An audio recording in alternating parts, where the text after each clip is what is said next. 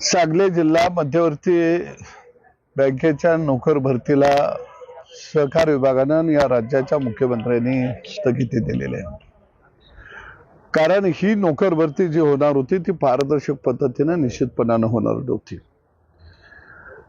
या नोकर भरतीमध्ये 10 गुण देण्याचा अधिकार हा बँकेला, संचालक मंडळाला आणि चेअरमनला स्वतःकडे ठेवलेला होता। म्हणजे जे होतकरू, अभ्यासू, मेहनती विद्यार्थी अभ्यास करून पास होणार होते त्या विद्यार्थ्यांना नापास करण्याचं कटकारस्थान 10 गुणाच्या माध्यमातून यांच्या हातामध्ये होतं। म्हणजे पास होणाऱ्याला नापास करायचं आणि नापास होणाऱ्याला पास करायचं। एखाद्या विद्यार्थ्याला 80 गुण पडलं, दुसऱ्याला 85 पडलं, तर 80 पडलेला यांच्या जवळचं 10 गुण दिलं की तो 90 झाला, तो पास झाला।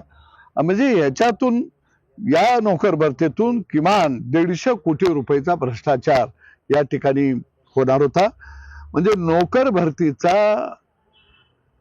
सांगली जिल्हा मध्यवर्ती बँकेमध्ये बाजार मांडलेला होता आणि त्यांचा बाजार उठवायचं काम खऱ्या अर्थानं आम्ही या ठिकाणी केलेलं आहे। आणि म्हणून आम्ही सरकारकडे आता मागणी केलेली आहे, लवकरात लवकर बँकेवरती प्रशासक नेमावा। आणि यांनी कशा पद्धतीनं कर्ज वाटपामध्ये घोटाळा केलेले आहेत, अनियमितता केलेली आहे, कारण नसताना कर्ज दिलेले आहेत, अनेकांना कर्ज दिली आणि माफ केलेले आहेत, अनेकांची कर्ज थकीत असताना त्यांना कर्ज दिलेली आहेत। म्हणजे बँक म्हणजे आमची अल्ली बाबाची गुहा आहे आणि ती गुहा लुटण्याचा अधिकार अधिकृत आम्हाने आहे। अशा पद्धतीनं, मनमान पद्धतीनं ही बँक चालवली गेली। अनेक बोगस प्रकरणं या बँकेमध्ये कर्ज देण्यामध्ये केली गेलेली आहेत।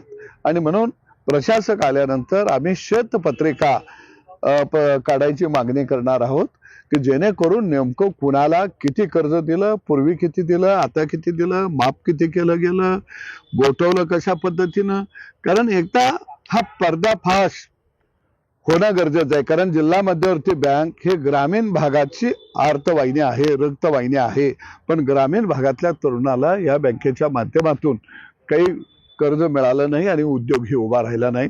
काही ठराविक लोकांनीच ही अल्ली बाबाची गुहा वाटून खाल्लेली आहे। कोण आहे ते वाटेकरी, कोण कोण आहे त्या गुहेत? पूर्वीचं संचालक मंडळ, आताचं संचालक मंडळ, चेअरमन, त्या बँकेचे महान विद्वान नेते राज्याचे, ते यांचे पाठीराखे आहेत। कारण त्यांनी सांगितलं अल्ली बाबाच्या गुहेत तुम्ही शिरा, तुम्ही चिंता करू नका, पण खाता खाता माझा बी हिस्सा बाहेर घेऊन या।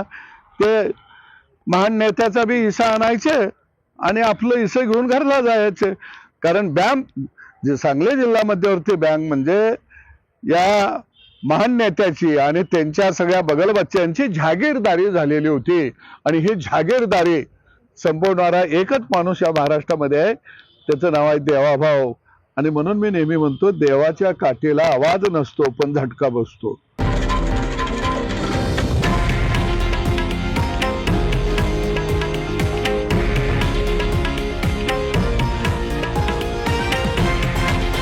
हे आहे देशातील नंबर 1 न्यूज नेटवर्क आणि आपण पाहत आहात TV9 मराठी, एकमेव।